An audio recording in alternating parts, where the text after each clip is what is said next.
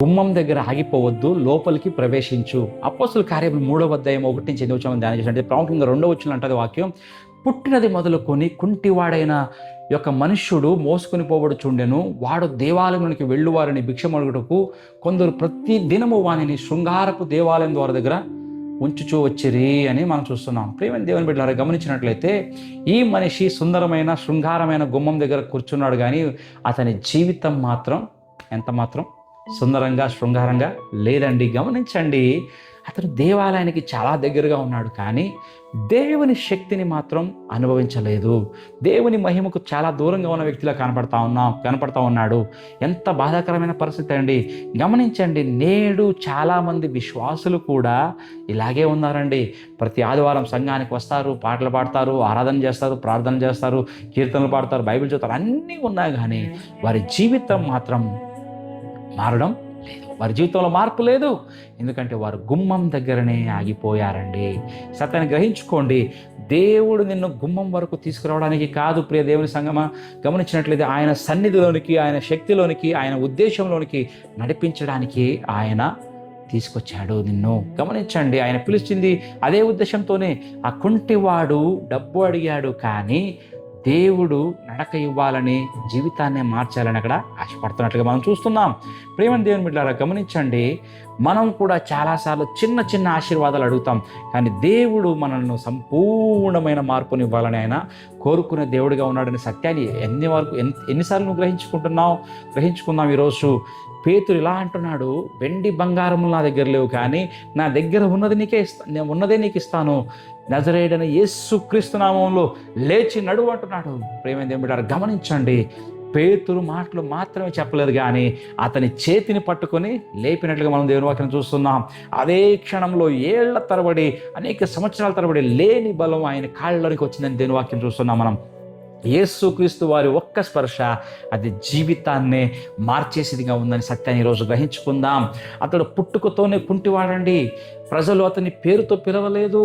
గుమ్మం దగ్గర కూర్చునే భిక్షగాడిగా మాత్రమే అతన్ని గుర్తించారు. కానీ యేసు ఒక్క క్షణంలో అతని గుర్తింపును మార్చేశాడండి. నేడు ప్రపంచం నిన్ను విఫలమైన వాడు, నీ వల్ల ఏమీ కాదు, నీ జీవితం ఇంతే, నీ జీవితం అయిపోయిందని పిలిచినా పర్వాలేదు. యేసు మాత్రం నిన్ను నా బిడ్డ, నా కుమారుడా, నా కుమార్తెని పిలుస్తా ఉన్నాడు. నీ పరిస్థితిని గుర్తింపు కాదు, నీ పరిస్థితి ఎంత మాత్రం నీ గుర్తింపు కాదు. క్రీస్తులో నీవు నూతన సృష్టి అయిన సత్యాన్ని గ్రహించుకో. ఈరోజు మనం గమనించినట్లయితే మన జీవితంలో మొట్టమొదటిగా సమస్యల గుమ్మం దగ్గర కూర్చునేది వద్దండి. నీ సమస్యను చూస్తూ జీవితం అంతా గడపకు, లేచి దేవుని వాగ్దానాల వైపు అడుగువే. రెండోదిగా గమనించినట్లయితే మనుషుల సహాయం కోసం మాత్రం ఎంత మాత్రం ఎదురు చూడకు. మనుషులు డబ్బు ఇవ్వగలరు, కానీ యేసుక్రీస్తు వారు మాత్రం నీ జీవితాన్ని మార్చగలడు. కొత్త జీవితాన్ని ఇవ్వగల శక్తివంతుడు ఆయన మాత్రమే. మూడోదిగా గమనించుకున్నట్లయితే నీ పాత గుర్తింపును విడిచిపెట్టాయి.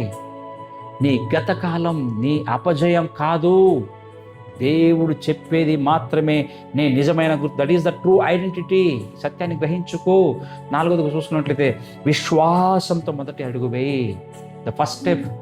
చూడండి, పేతురు లేపినప్పుడు అతడు కూడా స్పందించాడు. దేవుడు నీ వంతు అడుగును ఎదురు చూస్తూ ఉన్నాడండి. So step with faith. మొట్టమొదటి వేటు మనం నమ్మకంతో వేద్దాం. గమనించినట్లయితే ప్రేమ దేవుని సంగమా, ఆ కుంటివాడు గుమ్మం దగ్గర భిక్షగాడిగా వచ్చాడు, కానీ దేవాలయంలోకి ఆరాధికుడిగా ప్రవేశిస్తూ ఉన్నాడండి. హల్లెలూయా. అతను వచ్చిన విధంగా తిరిగి వెళ్ళలేదు. ఈరోజు కూడా యేసు అదే పని చేస్తూ ఉన్నాడు. నువ్వు ఏడుస్తూ వచ్చావా, నవ్వుతూ వెళ్తావు. భారంతో వచ్చావా, విముక్తితో విమోచనతో వెళ్తావు. అంత మాత్రం కాకుండా ఓటమితో వచ్చావా, నువ్వు విజయంతో వెళ్ళేదానిగా ఉన్నావు. బంధనాలతో వచ్చావా, నువ్వు స్వతంత్రతలో విడుదల కలిగి నువ్వు పొందుకుని వెళ్ళే వ్యక్తిగా ఉన్నావు. కానీ ఒక్క విషయం గుర్తుంచుకో, గుమ్మం దగ్గర కూర్చున్న వారికి అద్భుతాలు జరగవు. యేసు పిలుపునకు స్పందించి లేచిన వారికే అవి అద్భుతాలు జరిగేదిగా ఉన్నాయి. సత్యాన్ని గ్రహించుకో. ఈరోజు నీ జీవితంలో కూడా పరిశుద్ధాత్మ దేవుడు ఇలా అంటున్నాడు, ఎన్ని సంవత్సరాలు అదే సమస్య దగ్గర ఈరోజు ఇంకా నువ్వు కూర్చుంటావు? ఎన్ని సంవత్సరాలు అదే పాపంలో నువ్వు జీవిస్తావు? ఎన్ని సంవత్సరాలు అదే నిరాశలో, నిస్పృశలో నువ్వు ఇంకా బతుకుతావు? లేచి నిలబడు. యేసు నిన్ను భిక్షగాడిగా కాదు కానీ సాక్షిగా చేయడానికి ఆయన ఇష్టపడుతున్నాడు.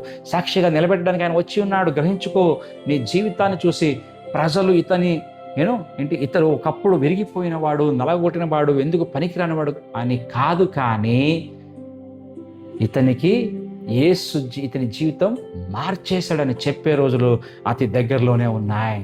ఈరోజు గుమ్మం దగ్గర నీ గమ్యాన్ని ఆపిచేయవద్దు.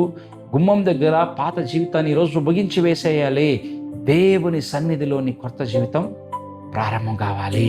ఈరోజు నీవు వచ్చినట్లుగా తిరిగి వెళ్ళవద్దు. ప్రియ దేవుని సంగమా, వాక్యాన్ని వింటున్న నీవు యేసు నామంలో లేచి నడిచి దేవుని మహిమపరిచే సాక్షిగా బయటకు ఈరోజు నువ్వు వెళ్ళి నీ జీవితాన్ని మార్చిన క్రీస్తు జీవితంలో నీలో ఉన్నాడనే లోకానికి క్రీస్తును ప్రకటించే వ్యక్తిగా ఈరోజు బయలుదేరు. దేవుడు ఆ విధంగా మనల్ని మార్చును గాక, దేవుడు మనల్ని ఆశీర్వదించును గాక. ఆమేన్.